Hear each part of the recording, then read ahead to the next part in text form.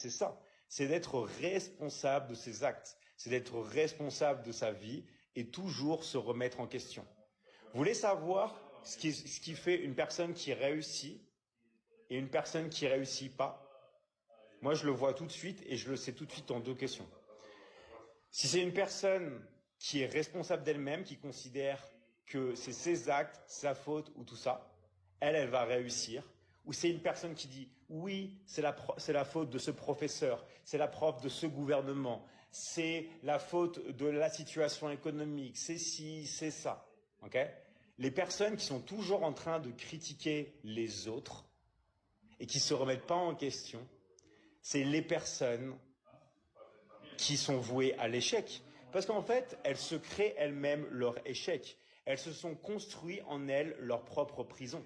En fait, si vous voulez, dans la vie, on a tout ce que l'on est, ok? Nous-mêmes. Pas ce que l'on fait, mais comment on est. On projette ce qui est à l'intérieur de nous.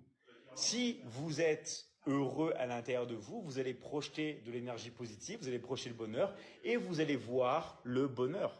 Okay?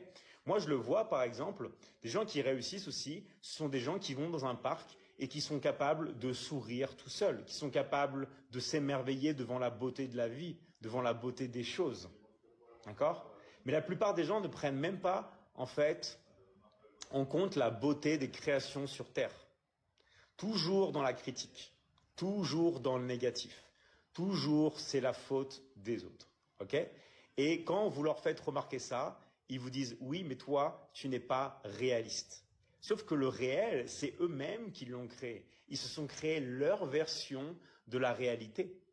Le truc, c'est qu'après, vous êtes dans une spirale négative dans laquelle vous ne pouvez difficilement sortir parce que du coup, vous construisez votre propre vie, vos propres notions de survie dans des émotions négatives et vous devenez accro à ça.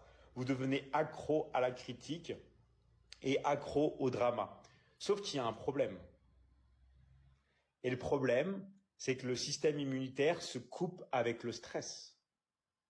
Donc en fait, si vous stressez, si vous vous sentez mal en vous, non seulement vous projetez de l'énergie négative sur les autres, tout ça, mais vous vous détruisez vous-même.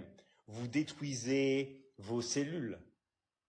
Et beaucoup de personnes, des fois, se plaignent d'avoir beaucoup de cellulite. Mais par exemple, le stress augmente la cellulite. D'accord? Donc en fait, comment ne pas avoir de stress? Eh bien, tout simplement, déjà, en arrêtant d'être négatif et de critiquer les autres et de se concentrer plus sur soi-même. Parce qu'en fait,